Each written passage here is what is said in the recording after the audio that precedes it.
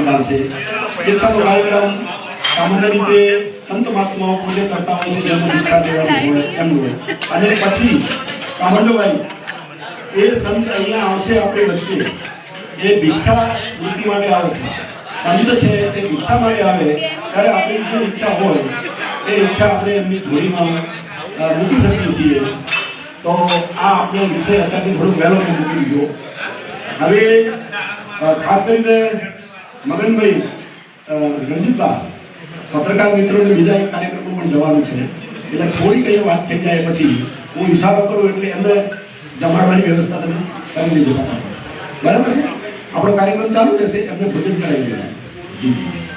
તો હવે કોઈ આ બેઠેલા જે કન્વીનર મિત્રો છે એમાં કોઈ સમિતિનું કાગળ આપવાનું બાકી છે? કોઈને સમિતિનું કાગળ આપવાનું બાકી છે? સ્વયંસેવકનું લાયા છો? બહુ સરસ.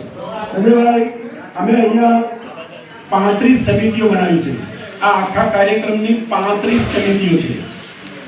છેક યજ્ઞ હવનશાળાથી કરી અને છેલ્લે સફાઈ ત્યાં સુધીની 35 સમિતિઓ છે.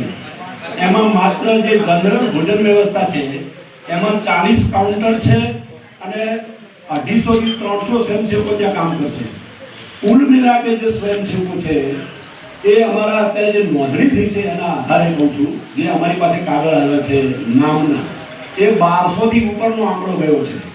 1200 સ્વયંસેવકોની યાદી આમાં આવી ગઈ છે.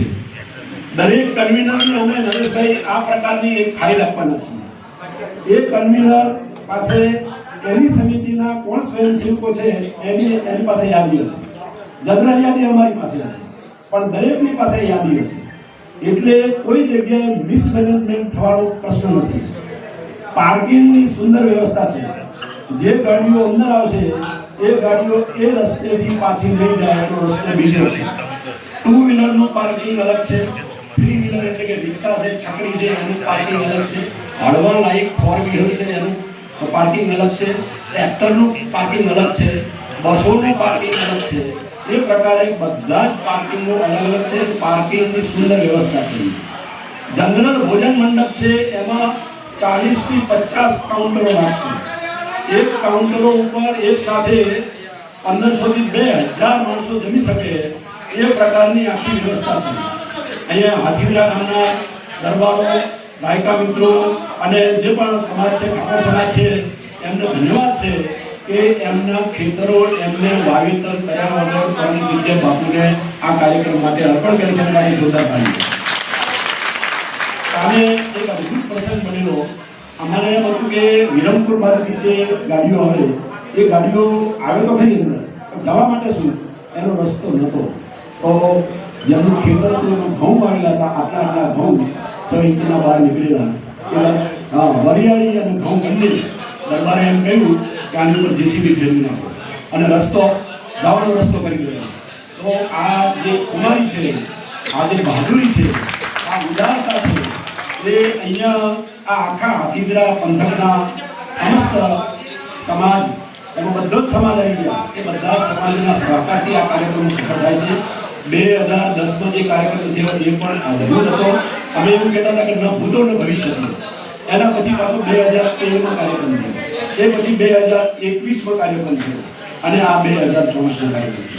આ આખો કાર્યક્રમ છે. એમાં શ્રી શિવ મહાપુરાણ કથા છે, મહારુદ્ર યજ્ઞ છે અને પરમ પૂજ્ય હરદેવપુરી બાપુ છે એમનો જીવિત ભંડારો. પરમ પૂજ્ય હરદેવપુરી બાપુનો જીવિત ભંડારો છે. આ રીતનું આખું અમારું આયોજન છે. હવે આ બધા જ દિવસો આ કામમાં લાગેલા રહેશે અને સ્વયંસેવકોનો પણ એટલો ઉત્સાહ છે. આપણે નવાઈ લાગશે કે વાહન સેવામાં કેટલા વાહનો હોઈ શકે. અમારા આ રજિસ્ટરમાં નોંધાયેલા 87 વાહનો છે, જેમાં ટ્રેક્ટરો છે, છોટા હાથી છે, પેલી છકડી કહીએ આપણે લોડિંગ રિક્ષા એ છે. કારણ કે અહીંયા ડોલો લઈને ન જવાય.